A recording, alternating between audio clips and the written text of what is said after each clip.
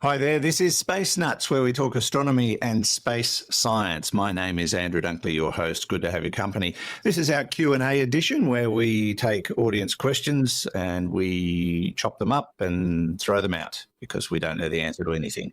But we are going to attempt to discuss atmospheric tubes. Now, this is a question that Geoff's come up with. It's a sort of a what-if question, so we'll look at that. Paddy is asking questions about Voyager 1, which has been in the news lately, and Oliver, one of our younger listeners, is talking radiation, dark matter, and dark energy, all coming up on this episode of Space Nuts. 15 seconds. Guidance is internal. 10, 9... Ignition sequence start. Space Nuts. 5, 4, 3, 2. 1, 2, 3, 4, 5, 5, 4, 3, 2, 1. Space Nuts. Astronauts report it feels good. And we say hello once again to Professor Fred Watson, astronomer at large. Hello, Fred. Hello, Andrew. Fancy seeing you here. Yes, welcome back. It's been minutes. Not even sure it was minutes. I think it might just be seconds. Seconds, yeah. Might have been too. Do you think this joke's getting a bit old now? Oh, yeah, it's pretty awful, isn't it? But, you know, if Space Nuts is known for one thing, it's bad jokes. Terrible jokes, Yeah. Horrible jokes. Yes, we'll keep them coming too. Shall we get straight into it? Oh, no, let's fool Let's around not? for a while. Yeah. Okay, fair enough. What I do love about Space Nuts is we've got people listening all over the world, lots of questions coming from different parts of the planet, but we do have a young audience too, which I think is one of the great things about it, having young people having such an interest in astronomy and space science. One of those people is Oliver, and Oliver's got a pretty curly one, but he's got his own ideas on this as well. Let's see what he's on about. Yeah. Hello, I am Oliver from Queensland. I was just wondering a pretty interesting question. So, you know that a black hole creates radiation. How come it doesn't get immediately sucked in? Does that mean that radiation has to go faster than the speed of light? But what if it's just going a bit faster?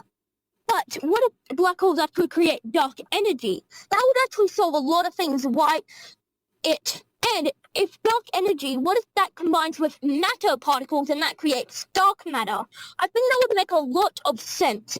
And with the little things that can go past, it goes over there and makes the border of the universe grow even faster and faster.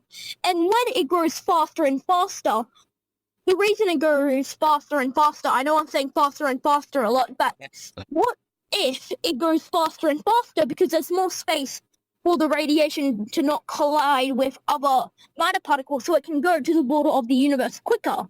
So we can't tell because it's there, because it's going so fast. Our telescopes, like the Hubble Space Telescope, can't see it because it's going faster than the speed of light. It's just a quick question. Thanks. Love the show. Goodbye. Please tell me a good answer. Well, I don't really care as long as it gets solved. See ya. I love that ending. Oliver, that's brilliant. Gosh, there's a lot in there that we've got to unpack. But the first part was about radiation. How come radiation from a black hole doesn't get sucked straight back in? That's a good question. It's a great question. Thank you again, Oliver, for getting in touch with us and for bringing a breath of fresh air to our questions. It's great to have your voice. I'm revved up by his excitement. Yeah, you know, me too. I really am. Me too. So, we think that Hawking radiation, or the radiation that's emitted from black holes, doesn't come from the black hole itself. It actually comes at the event horizon. So the event horizon is that sphere, it's an imaginary sphere around the black hole, but it's the point where the black hole's gravitational attraction stops any light emanating from the black hole. So outside the black hole, light can travel around.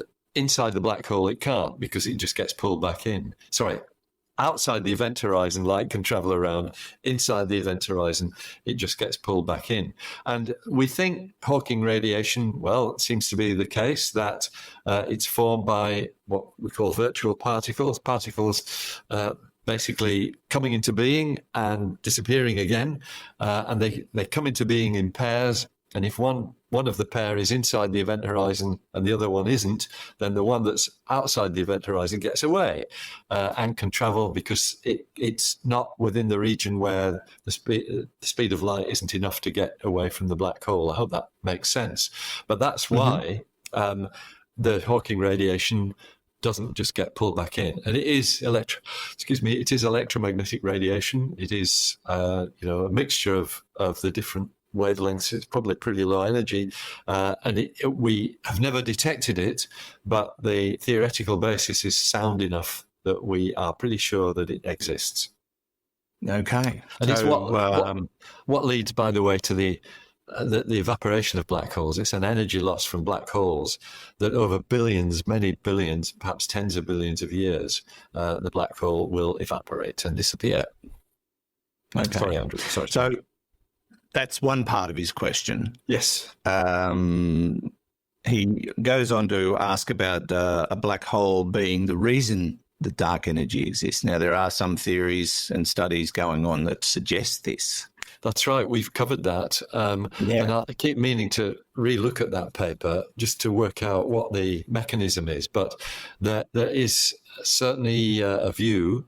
If I remember rightly, was it Japanese scientists who postulated this? I can't remember. We should look back at it and perhaps do it in a bit more detail sometime. But yes, there was this view that perhaps phenomena taking place within black holes are what lead to the dark energy of the universe. The only issue with that comes to my mind is that we believe, and the evidence seems to be, that the dark energy of the universe is totally uniform, that it's the same everywhere. And if it was something to do with black holes, you might think it would be a bit bumpy, where, the more black holes you've got in one part of space, the more dark energy you've got. But that doesn't seem to be the case. So I do need to look at that again, Andrew. Okay. But see, therein lies the problem with dark energy.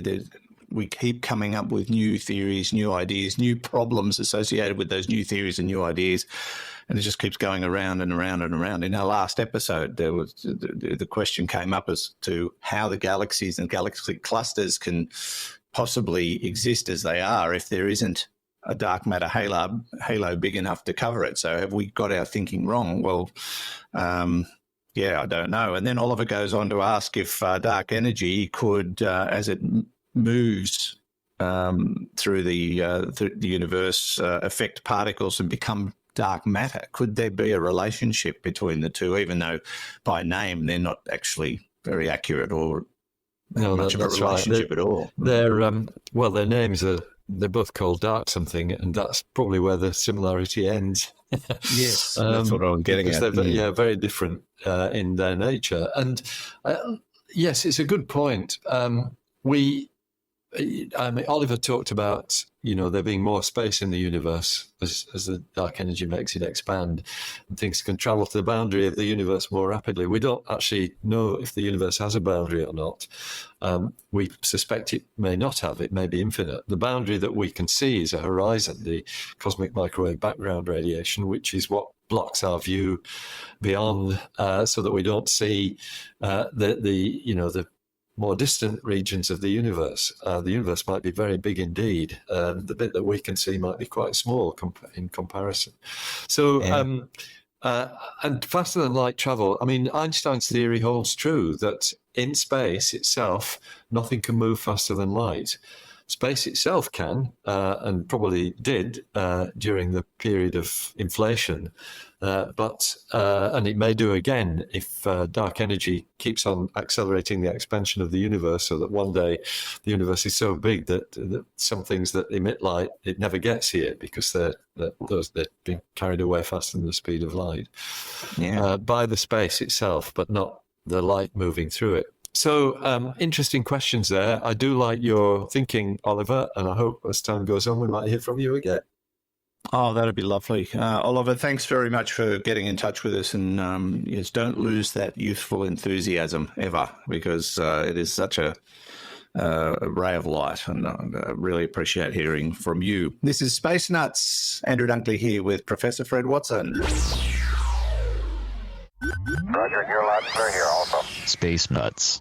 Now, Fred, to a text question that came in from Paddy. Hi, guys. Thanks for answering my last question about the end of life. I remember that one. Yeah, thanks, Paddy. So here's a more boring one, or four. After Voyager 1's recent drama, what is a cosmic ray and how come it affects Voyager and not computers on Earth? Did NASA have to get people out of retirement to reprogram the 70s computer? And he's made a reference to the movie The Martian, where they had to do that for the Pathfinder mission that they had to reinvent during that show. 3, how can NASA hear such a weak signal? I've seen the DSN website and the signal looks weaker than a mouse fart on the moon. He's got a great turn of phrase, hasn't he? It's a technical term, that. Yeah, it is. I know we can shout really loud to Voyager, but the return signal is so weak. 4, will New Horizons ever overtake Voyager, given it's smaller and launched on a bigger rocket? I think that's more than 4, but that's a full episode covered. Thanks again, guys. Paddy from rainy Northern Ireland, home of the Amar Observatory, where at the age of 8 his interest in space began. Now a granddad, so it wasn't yesterday. Paddy. Great questions, Paddy. And Amar's a wonderful place. We visited Amar a few years ago. I know the director there very well. He's a colleague of mine from my Edinburgh days, and also here in Australia. He worked for many years in Australia, Michael Burton. So let's go to the beginning. We've got a list of 4 here. What's a cosmic ray? Well, it's a high-energy particle. I think they're primarily muons, if I remember rightly, and we think they come from distant galaxies, that they are products of energetic events in very different galaxies, and yet they're raining down on Earth all the time. How come it affects Voyager and not computers on Earth? Because computers on Earth are shielded by the Earth's magnetic field and its atmosphere, and so we are not irradiated to the same extent. We do get them, though. Cosmic ray events are things that we used to deal with in some of the detectors that are used. And in fact, I think we spoke about this a little while ago. Maybe we didn't, can't remember. But the recent aurorae, which we saw on Earth on May the 10th, were also visible on Mars because the subatomic particles from the sun affected the detectors on some of the cameras. We had the same thing, actually, with cosmic rays, which are much more energetic than the rays that come from the sun. Back in the day when I used to build instruments, one of the problems that we had was these cosmic rays essentially creating little bright spots in the images, which you had to be careful you didn't mix up with something that you were trying to measure. In fact, one of them, we discovered that the window on the front of the detector was slightly radioactive, so we were getting our own cosmic rays from that. Anyway, it's the bottom line is, protection by the atmosphere. Did NASA have to get people out of retirement to reprogram the 70s computer? Oh, probably.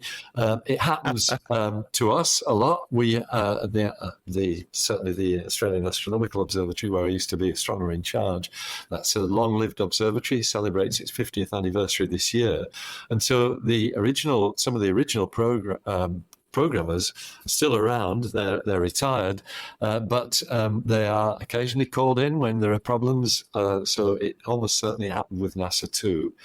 How can NASA hear such a weak signal? Well, big dishes. Big ears. Very big ears. Big ears, that's right. The Deep Space Network website will tell you that the Tidbinbilla and the Goldstone and the Madrid stations all have very big detectors, very big radio telescopes that can pick up that really weak signal.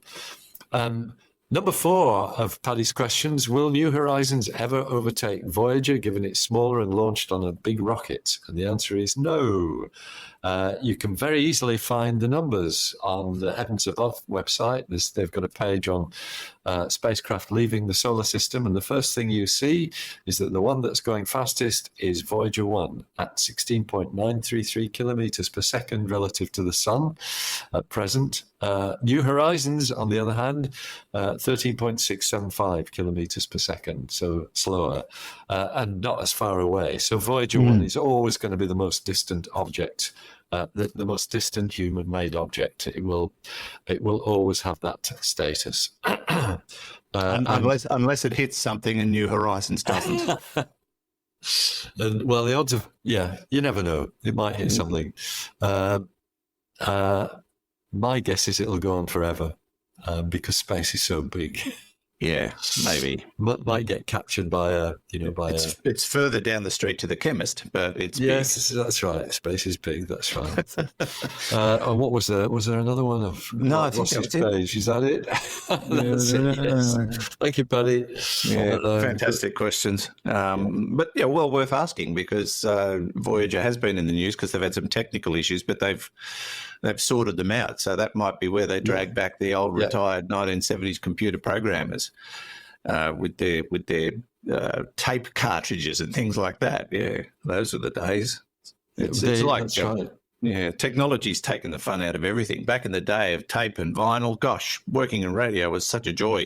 These days you push a button and go to sleep for a couple of minutes. It's wasn't like that back in the day, I'll tell you now. Back in the day, back in the day when I was a lad. I'll tell you. I was going to say, from my perspective, things are far, far better now than they were.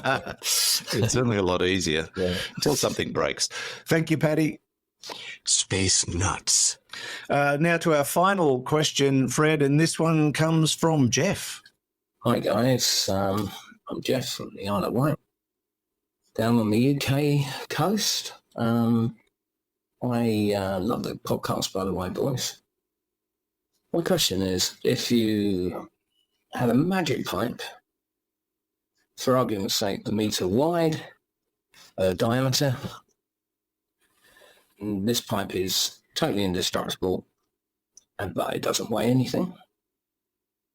So if you extend it out, say 600 miles out into space, would it suck the atmosphere out? I don't think it would, but be interested on your views. Anyway, cheers, chaps. Keep it up. You know, I love what-if questions, Geoff, so, and that's a real ripper. So it's an indestructible pipe, so space junk doesn't become a factor. And it's in the atmosphere, it's on Earth, and you shove it up out through the atmosphere into space where the atmosphere is almost nil. It's obviously hollow. Does it suck out our atmosphere and kill us all? No. Which is great relief to all of us. It is, rather.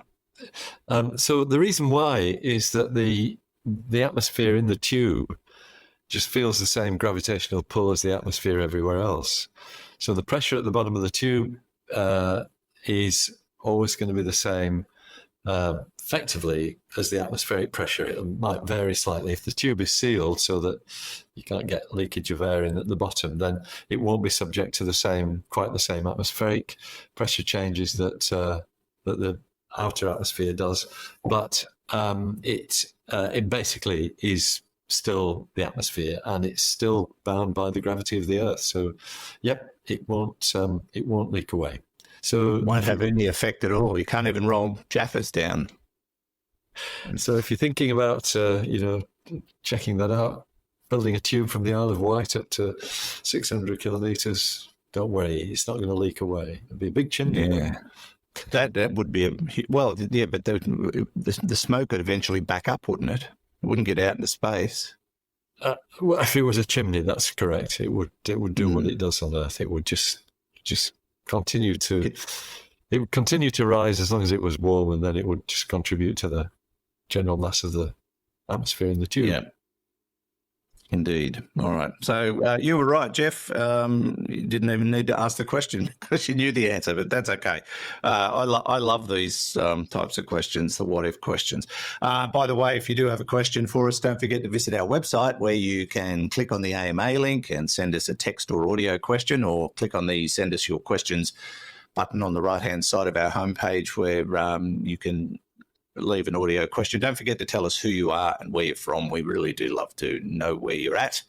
And while you're listening to us on your preferred podcast platform, please leave a review. That'd be doing us a wonderful favour. Apparently, reviews make a huge difference to the state of dark matter in the universe, or the dark matter on the internet, for that matter. Boom, boom.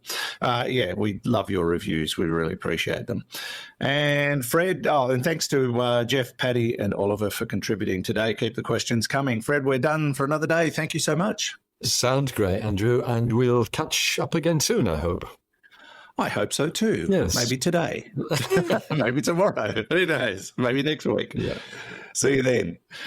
Fred Watson, astronomer at large, and Hugh in the studio doing what Hugh does best, and we don't know what that is. And from me, Andrew Dunkley, thanks for your company. Catch you next time on another episode of Space Nuts. Bye-bye. Space Nuts. You've been listening to the Space Nuts podcast. Mission complete, Houston. Available at Apple Podcasts, Spotify, iHeartRadio, or your favorite podcast player. You can also stream on demand at bytes.com.